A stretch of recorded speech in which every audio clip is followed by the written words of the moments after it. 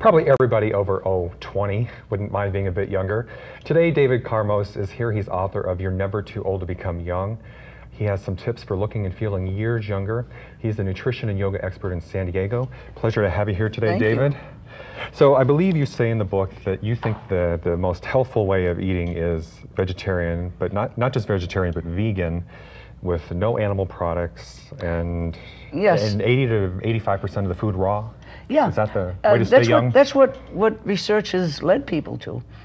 Several years ago, they found out that medically that when people eat less in amount and less often, they tend to live longer, healthier lives. Mm-hmm. So for some strange reason, they call it undernutrition. Undernutrition. When it shows that the people are being better nourished. The main thing people need to learn is, one, digestion begins in the mouth. And there's an enzyme in the saliva called ptyalin, P-T-Y-A-L-I-N. Okay. And the only known purpose for ptyalin is to break down carbohydrates. So when people are on these high-fat, low-carbohydrate, high-protein, high-fat, low-carbohydrate diets, they can take off weight, but it's not really healthy. Over a period of time, the breakdown of these concentrated proteins, which have to be processed through the liver and the kidneys, tends to block these organs because they're solid. They're filters, but more like sponge. So it's better to have... so is it too much protein, you're saying? Nutrition in this country was not based on nutrition. It was based on ethnic custom and commercial advertising. Sure. And so when the U.S. government back in the mid-50s wanted to establish standards, they went to the processors of various foods. They went to the meat processors and said, which is the best cut of meat? Well, when people like meat, the thing that they like is the fat. So the government was told, meat with lots of fat running through it. So it's true. I mean, they went to the food processors. They didn't go to, say, universities or academics or do studies. Well, remember, it was they felt the processors would know the best. And of course, what the processors kind of like best, asking McDonald's, what's the best food to eat? Exactly. And so we're so programmed with protein, and there's an interesting fact not too many people, I think, are aware of, and that is the higher the protein content in the mother's milk of a particular species, the faster that species grows and the shorter the lifespan. And so human mother's milk is between 2 and 5% protein. And when we say protein, it's really amino acids. The human body doesn't absorb protein per se. If you're eating a steak, it either comes from a cow or a steer, which is a castrated bull. And I mean, where do you think they're getting their protein from? It's not from eating steak and drinking milk. They're vegetarians. And for those of you that eat in fast food restaurants, horses are vegetarian. And so... so eat like a cow, is that it? Well, eat like a horse. Eat like a horse. Yeah, I eat like a horse. Carrots and greens, apples, stuff like that. And so if you take in protein, such as animal protein, your body has to go through what's called inversion. It breaks it down into amino acids, then it takes the amino acids, converts it into protein. So if you're taking animal protein, essentially you're getting the protein secondhand. And another thing, the only way you can eat, pull in cholesterol in your eating is to eat animal products. There is no cholesterol in any non-animal product. Another thing, very important, is fiber. They found that statistically, people who have cancer of the colon, 98% of the people with cancer of the colon are on low fiber diets. Fiber is important to stimulate peristalsis, which is a rhythm through the body. If you miss a meal and hear that growl in your stomach, that's the peristaltic rhythm moving through a stomach that has air in it. And so I think my stomach was starting to growl, by the way, right when you were saying that. Oh, is that? Yes, that's sympathetic suggestion, something like that. And so the main thing is to eat lots of fiber. And so that means whole grains, fruits, vegetables, legumes, various types of peas, beans, lentils. And so, okay, well, let's talk about some of those. Whole grains. All right. For one thing, most people eat refined grains. They don't. If you're eating white bread, you're getting refined. the processes take up to 60 elements out of a grain or a legume, and they will replace it with approximately eight in synthetic form. And that's only because the government required it. Back in the mid to late 40s and into the 50s, children were developing things like pellagra and beriberi, and where the bones were not strong enough, and children were ending up with bowed legs. And pellagra can cause dysentery, which is a loss of fluid, and B vitamins, lead to dehydration. It could lead to death. So the U.S. government required they put in certain elements. Oh. Now, unfortunately, that's why you have the enriched flour. Enriched, yeah. And personally, the way I believe is the only thing I want in my life refined is other human beings, but not food. All right. And hopefully you're not chopping up and eating them. So that's no. Yeah. I mean, personally, I don't have anything against eating the cooked flesh of a dead animal if you want to. I just prefer not to.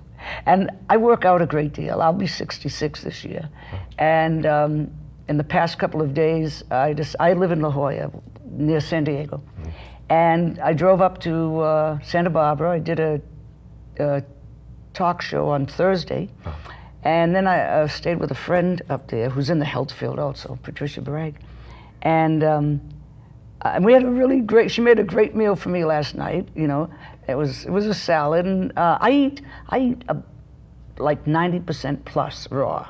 You don't have to go that high, but as you go through the aging process, and aging, remember, is lifestyle as opposed to age, which is chronology. Well, I'm sorry, when you said about eating raw food, though, now I guess you're eating mostly fruits and vegetables. Is that a lot of your diet? Yeah, so, what I do, I'll take grains, but I sprout them. Sprouting is very important. In the next 5 years, sprouting is going to be very big in the natural health field. Back in the late 30s, early 40s, when the war broke out in Europe, and then around 41, when the U.S. got involved, they were afraid there were going to be protein shortages because they were going to send protein foods to the army. And so the 4 different governments around the world, Australia, the United States, Norway, and I think it was Denmark, no, India, researched to find out what is the best and most economical source of protein. And all 4 studies came to the conclusion it was sprouts. You can take a bean or a pea, any grain, and there are all kinds of grains, including corn, which most people think of as a vegetable, but it's a grain. And it only takes, you soak it for 5 or 6 hours, and then you can grow a sprout within 3 or 4 days. And they're high in amino acids, and the amount of vitamin C in a dried, say, grain, increases by over 500% when it's sprouted. So amino acids is what you need, and the difference between amino acids and protein is, if you picture a brick wall, that's the protein. The individual bricks that make up that wall, those are amino acids. So again, you're not against the protein, you just want to get your amino acids from a different source. That's what it comes down to. Yeah. So sprouting the grains. So I think you have a section in the book where you talk about that. You have like your own little bag or something, and you put the sprouts in. They have sprout bags. You can buy them in a health food store. And what you do is you have to keep them moist, but you don't want them wet, like soaking. Otherwise, they'll start to create a little fungus and or a little mold. You don't want that. So what you do is you soak them for 5 or 6 hours, and then you lay them out on a towel, if you like, and they just sprout, and then you spray a little water 2 or 3 times a day, and in a few days you've got this garden of sprouts. And there are all kinds. If you want something spicy, you can take radish sprouts, radish seeds, and they're very hot. So there are all kinds of things you can do. It's not boring at all, you know. We'll be right back with David Carmos, author of You're Never Too Old to Become Young.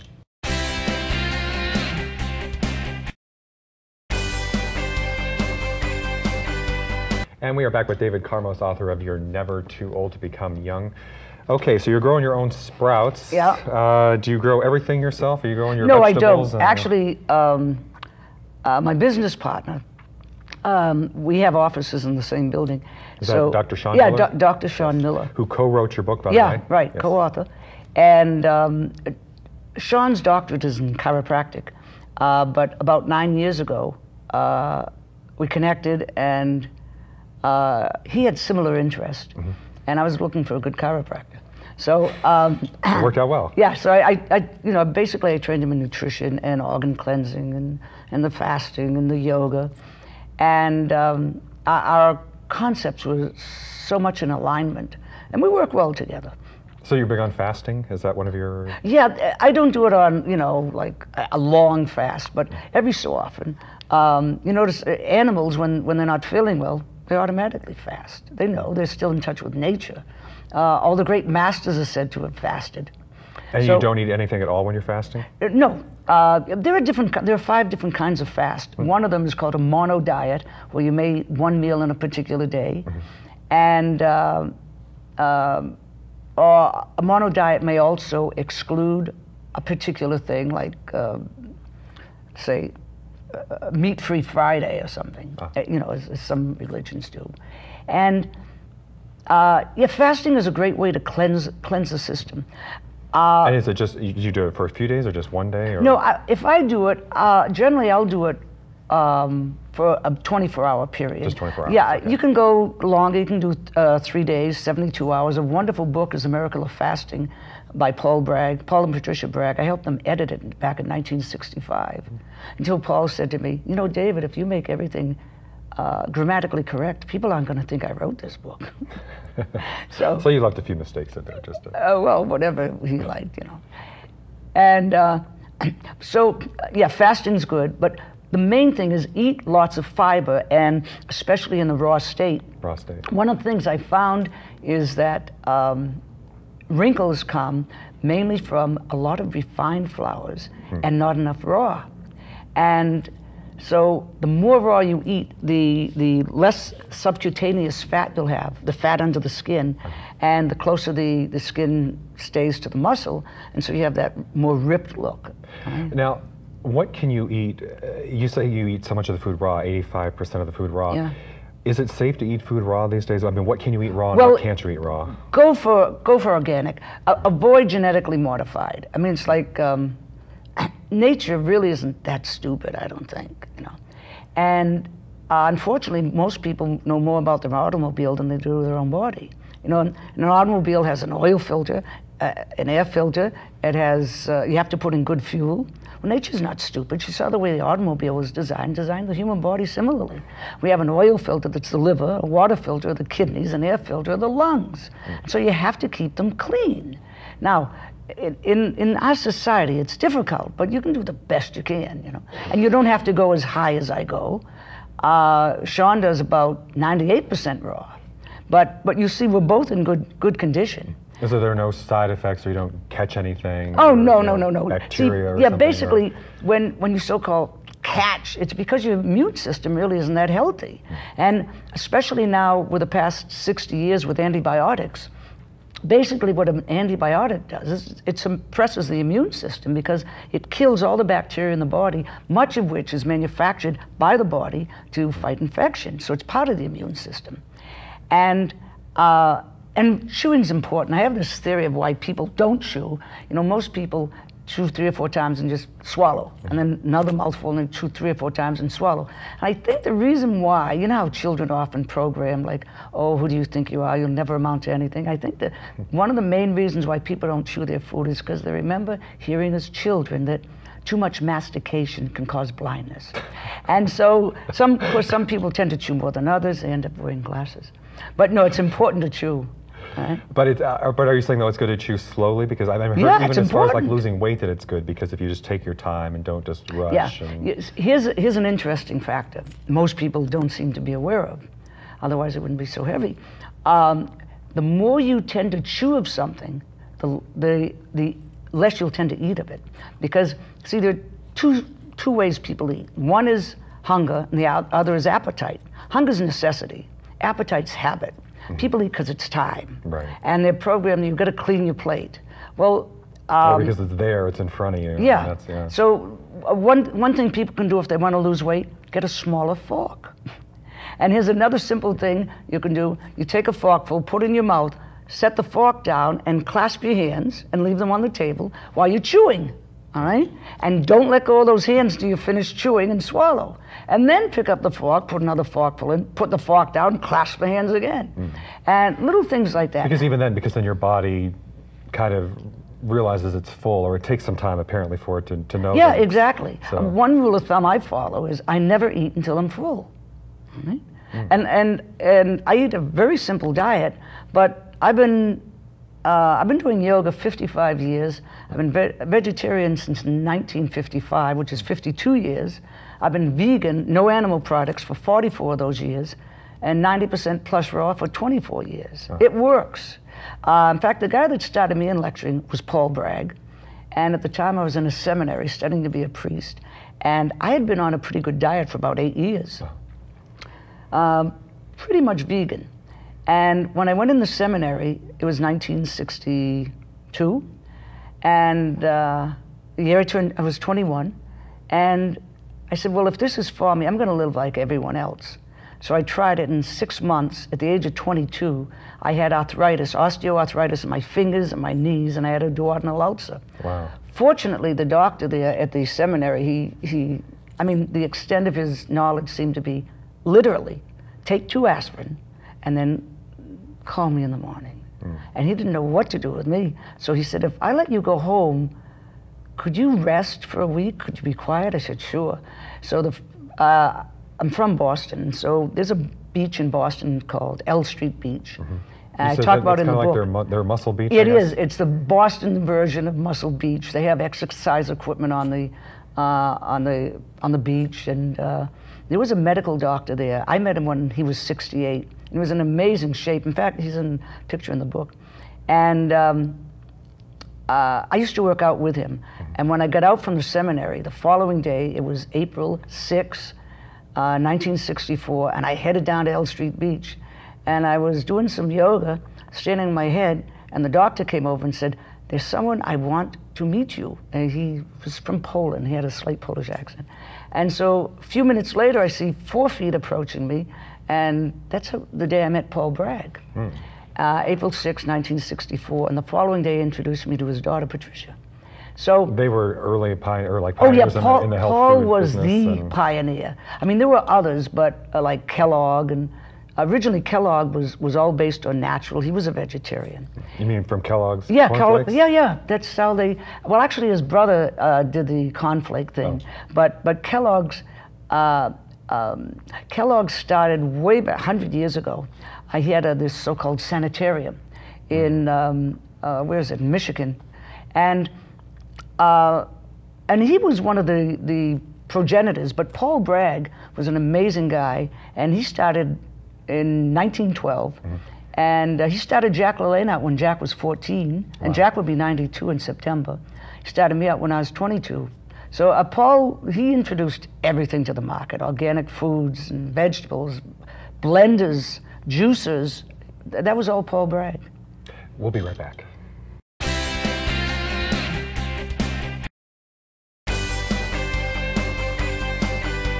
We are back with David Carmos, author of You're Never Too Old to Become Young.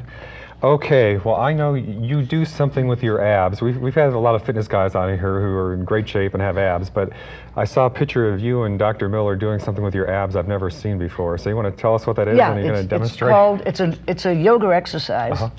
In the Sanskrit, it's called Nali Kriya. And Kriya has 2 meanings. One is to say meditate, but the other is to cleanse. And this is an exercise the yogis would use before they go on a fast. But the reason we like to teach it, we taught it in the book, is it massages all of the internal organs. It does for the liver, the spleen, the large and small intestine, the stomach, the pancreas, heart, and lungs, what good, deep Swedish massage will do to the skeletal muscles, the muscles attached to the bones. And it doesn't take a long time to learn it. The pictures in the book are Dr. Miller. I taught him. He learned it in about 6 weeks. 6 weeks. And he's a doctor. If a doctor can learn it, anyone can do this. And so we want to use it as a metaphor that if you can do this, you can do anything with your body, because basically all diseases internally come from this area. And so if you can keep those healthy, And we have our own theory on anti-aging. I don't know of anyone else that uses it. It took me 43 years to develop it. And it's based on the concept that as we go through the aging process, we increase the density in our body. So like meat is more dense than, say, a salad. And so flexibility is the opposite of increasing density. Children are always flexible. If you saw a child that wasn't flexible, you know there's something wrong with the child. But we begin to lose that flexibility around, just before puberty, around 12. And as we increase the density, we age faster. So, yeah. So, okay. So I will try this.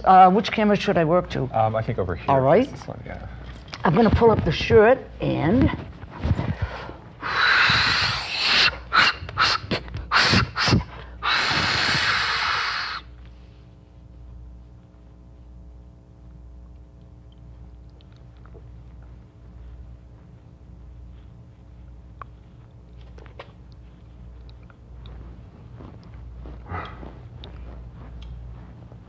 You're going side to side. Yeah, right and left.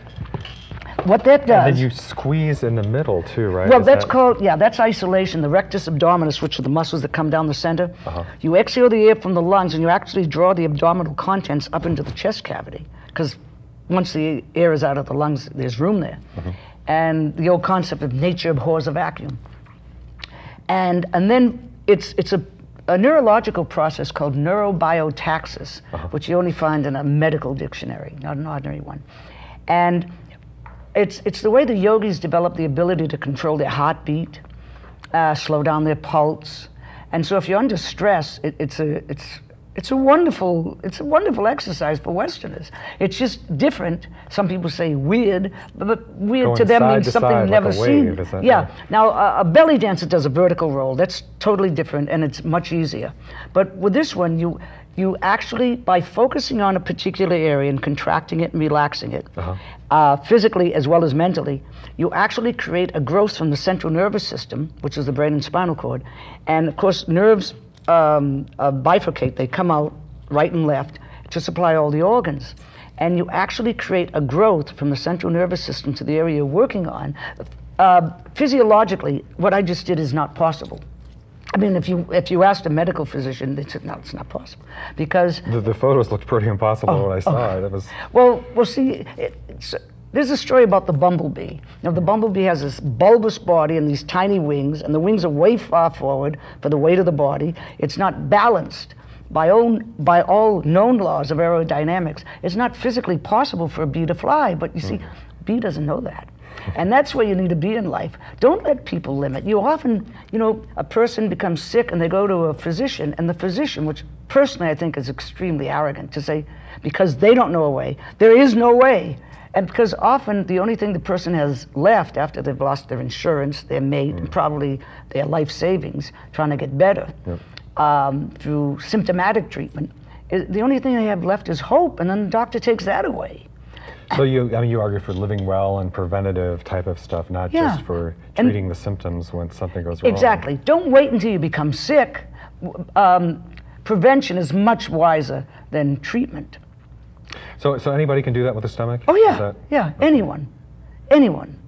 It'll take me a while, but... No.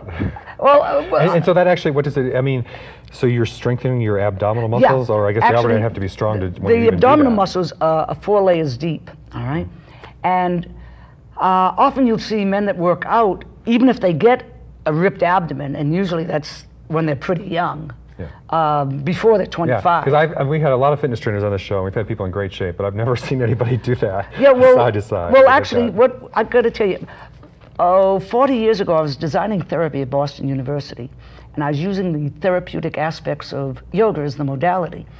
And my yoga repertoire then was somewhere between 600 and 800 moves, which was easily, back then, among the largest known anywhere. Sure.